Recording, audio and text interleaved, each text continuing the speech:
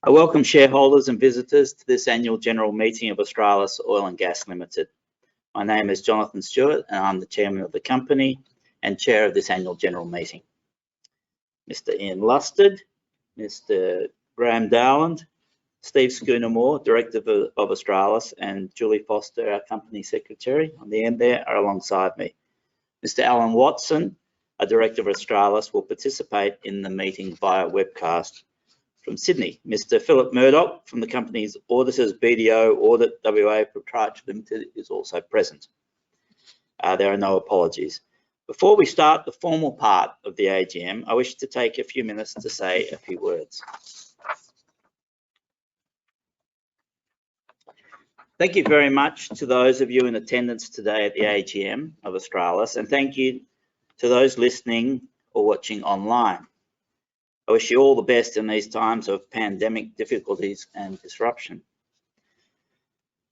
The past year or more has been a difficult one from an oil industry perspective, with initially a supply-led crash in oil prices being somewhat turbocharged by demand falling off the cliff due to the travel restrictions associated with COVID-19 and the resultant drop in demand for oil. Whilst internationally we're a long way from back to normal, many countries are experiencing material improvements in their economies and a consequent increase in oil demand. This in turn has generated some better oil pricing. Ian will talk later in his presentation about how we see the macro scenario moving to meet our long strategy in a manner we believe will deliver value to all our shareholders.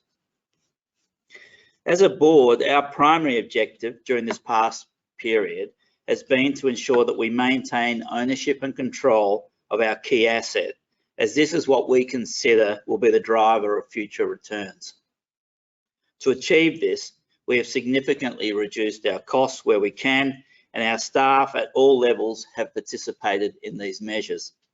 We also needed to ensure we met and continue to meet all of our debt covenants and repayment obligations, and this has been done. We are an operating oil and gas company with production and a very large undeveloped oil position. Accordingly, we have maintained at least minimum staffing numbers and appropriate expertise. We also must retain the internal capacity to work with potential partners on a technical, financial and corporate basis and meet our corporate and reporting obligations. I'd like to acknowledge the following deliveries by our management during a tough period of time. Firstly, a 100% safety record in the field. Positive cash flow for each quarter of 2020 and the first quarter of 2021. A 39% reduction in debt last year. Independent valuation of our producing reserves at more than $50 million. So that number is significantly more than our current market capitalisation, somewhat disappointingly. The compilation and management of the largest acreage position in the core of the TMS.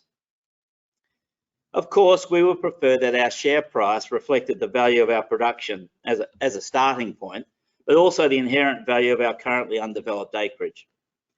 The reason why I, along with the board, recently committed to invest more cash into the company alongside many of you is that we are confident our strategy and capacity to execute on that strategy will deliver a good result for all shareholders. In the US, we are witnessing the green shoots of a recovery in the oil industry and the confirmation of our consistently repeated theme of the maturing of several of the larger onshore shale oil plays and a looming shortage of quality development drilling inventory for players outside of the few large companies that now control the Permian. We are witnessing an improved environment for investment, which I should say is improving off a very low base. And we're witnessing that in our discussions with third-party potential partners.